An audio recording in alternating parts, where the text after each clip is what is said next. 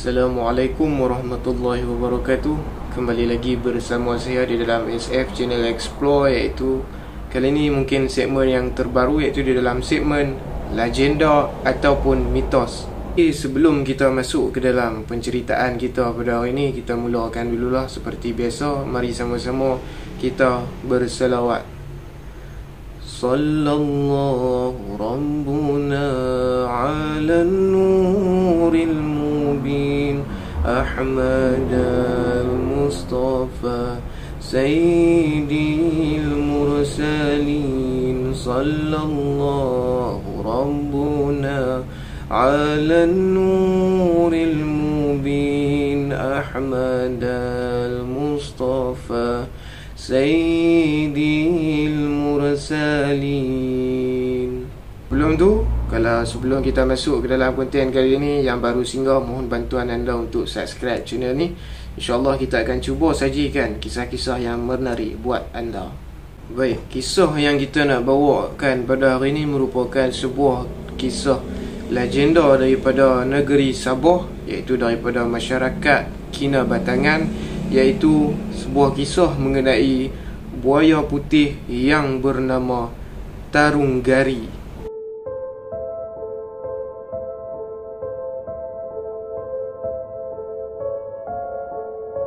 Jadi kalau di Sarawak kita ada bujang senang, di Sabah juga ada, iaitu buaya yang digelar sebagai Tarunggari. Diceritakan pada zaman dahulu terdapat seekor buaya putih yang bernama Tarunggari dan saiznya agak besar yang menghuni kawasan Sungai Kinabatangan. Jadi Tarunggari dia ni merupakan buaya yang boleh dikatakan kelebihannya mampu bercakap dengan manusia dan mampu hidup bersama manusia dan tak memakan manusia.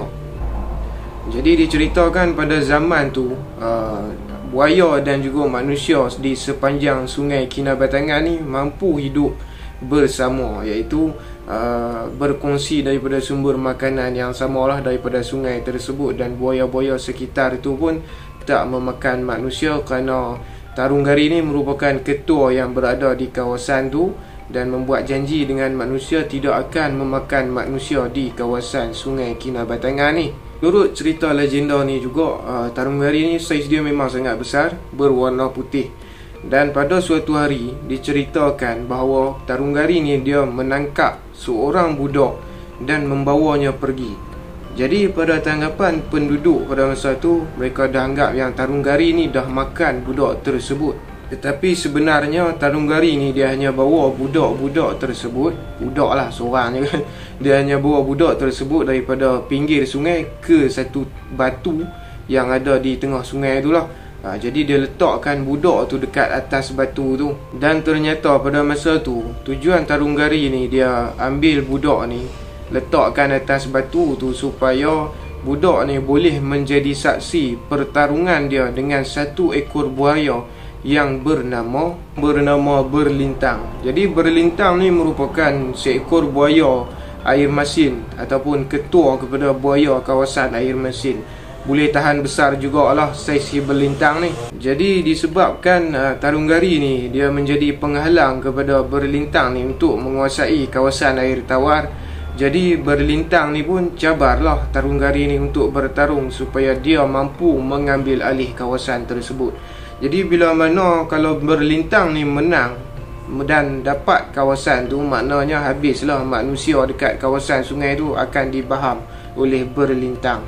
Jadi selepas dicabar oleh Berlintang, Tarunggari pun sahutlah cabaran tu kan. Jadi berlakulah pertarungan di antara Berlintang dan juga Tarunggari. Jadi sebelum berlakunya pertarungan tu, Tarunggari ni silap sebut dah. Tarunggari ni dia bagi tahu kepada budak tu supaya kalau nampak darah putih yang keluar, maknanya Tarunggari lah yang kalah.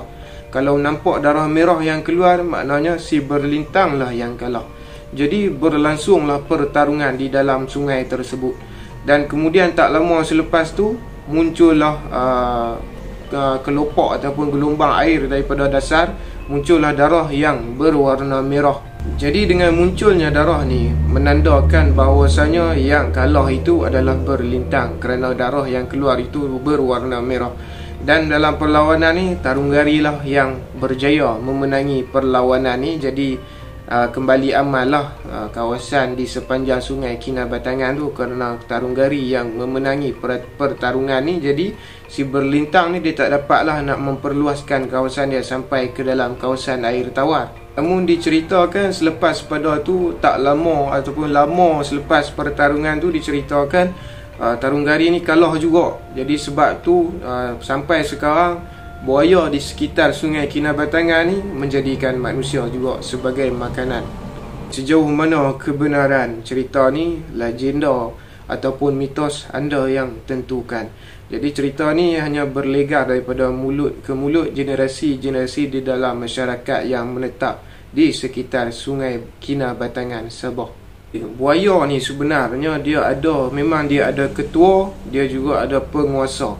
Jadi selalunya pernah juga diceritakan buaya ni dia juga ada satu jenis batu geliga lah, kalau tak silap di bahagian kepala dia, tak ingat lah.